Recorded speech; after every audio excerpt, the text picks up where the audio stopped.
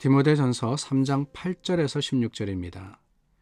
이와 같이 집사들도 정중하고 일구이연을 하지 아니하고 술에 임박히지 아니하고 더러운 일을 탐하지 아니하고 깨끗한 양심에 믿음의 비밀을 가진 자라야 할지니 이에 이 사람들을 먼저 시험하여 보고 그 후에 책망할 것이 없으면 집사의 직분을 맡게 할 것이요 여자들도 이와 같이 정숙하고 모함하지 아니하며 절제하며 모든 일에 충성된 자라야 할지니라. 집사들은 한 아내의 남편이 되어 자녀와 자기 집을 잘 다스리는 자일지니 집사의 직분을 잘한 자들은 아름다운 지위와 그리스도 예수 안에 있는 믿음의 큰 담력을 얻느니라. 내가 속히 내게 가기를 바라나 이것을 내게 쓰는 것은 만일 내가 지체하면 너로 하여금 하나님의 집에서 어떻게 행하여야 할지를 알게 하려 함이니 이 집은 살아계신 하나님의 교회요 진리의 기둥과 터니라. 그도다 경건의 비밀이여 그렇지 않다 하는 이 없도다. 그는 육신으로 나타난 바 되시고 영으로 의롭다 하심을 받으시고 천사들에게 보이시고 만국에서 전파되시고 세상에서 믿음 바 되시고 영광 가운데서 올려지셨느니라.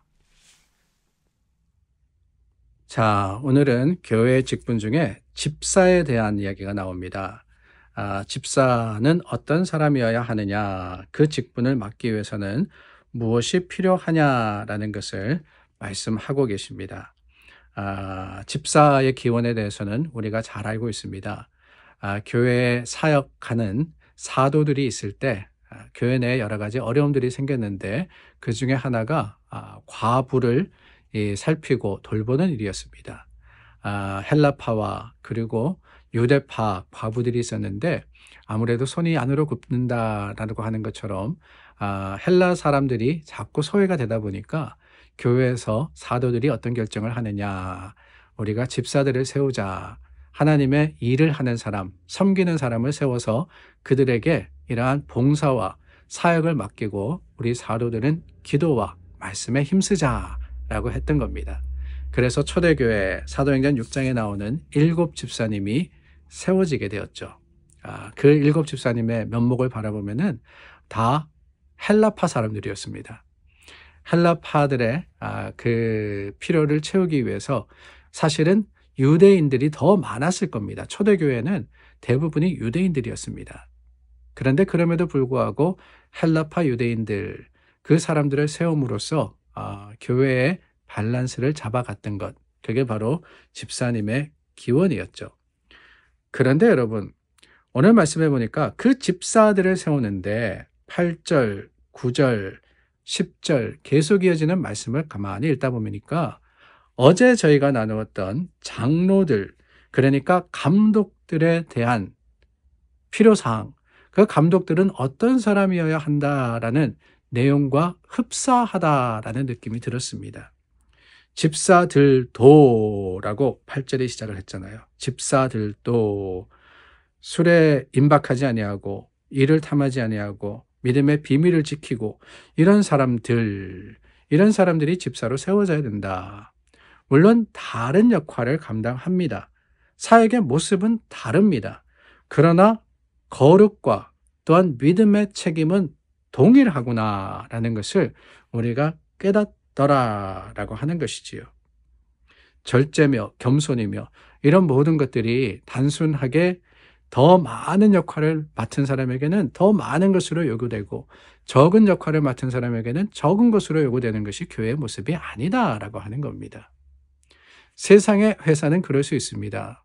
사장이 당연히 직원보다 더 많은 책임을 가지고 있고 또 더 많은 것을 누리게 되어 있어요. 그게 세상의 논리입니다. 그러나 여러분, 교회는 늘 말씀드리지 않습니까? 세상과 다른 곳이거든요. 세상과 다른 논리, 어떤 논리냐?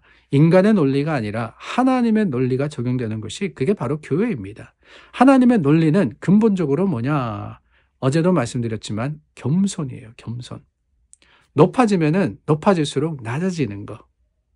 오히려 섬김을 받기보다는 섬기는 것이 하나님의 방법이고 하나님이 원하시는 성도의 모습이거든. 그렇습니다.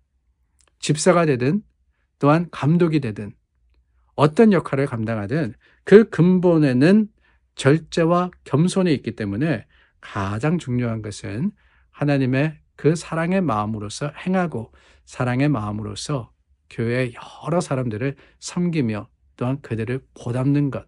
그게 바로 직분자의 역할인 것이지요. 그런데 여러분, 오늘 말씀을 이렇게 읽다 보니까 집사에 대해서 이야기를 하는데 11절 말씀입니다. 여자들도 정숙하고 절제하며 충성된 자라야 할지니라. 그러니까 11절 말씀은 교회 내에 있던 여자 집사님들에 대한 이야기입니다. 여자 집사님. 우리가 2장 말씀을 읽으면서 조금 곤란해했던 적이 있죠. 여자들에 대해서 뭐 순종함으로 조용히 배우라 뭐 이런 말씀이 있었는데 사실 in context라고 말씀을 드렸습니다. 에베소 교회에 있던 여러 가지 문제들을 해결하기 위해서 거기에 대한 가르침을 바울이 디모데에게 주는 것이기 때문에 어쩌면은 그 교회 상황에 맞는 그 상황을 따른 그런 말씀과 가르침이 있었다라고 말입니다. 그러니까 여자들에 대한 것도 아마 그런 문제가 있었던 것 같습니다. 여자들의 죄송합니다만은 좀 이 떠들썩함으로 인해 가지고 교회가 어려워졌기 때문에 이런 교훈을 준 것이지만 11절 말씀이 이야기하는 것은 그 초대교회 에베소 교회의 근본적인 모습은 뭐냐? 남녀 구별이 없었다라고 하는 거예요. 남자만 집사님이 되는 게 아닙니다. 여자도 집사가 될 수 있었습니다. 여자도 교회의 일꾼으로서 지도자로서의 역할을 감당할 수 있었던 것.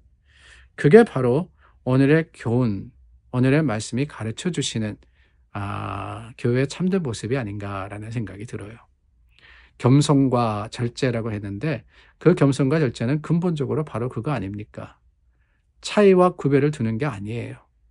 내가 지위가 높다 그래서 내가 많은 것을 가졌다 그래서 내게 능력이 있다 그래가지고 내가 더 낫다가 아니라 오히려 내게 주신 재능이 많다 할지라도 그것으로서 섬김에 최선을 다할 때 남자라 그래가지고 대접받고 여자라 그래서 대접하는 게 아닙니다.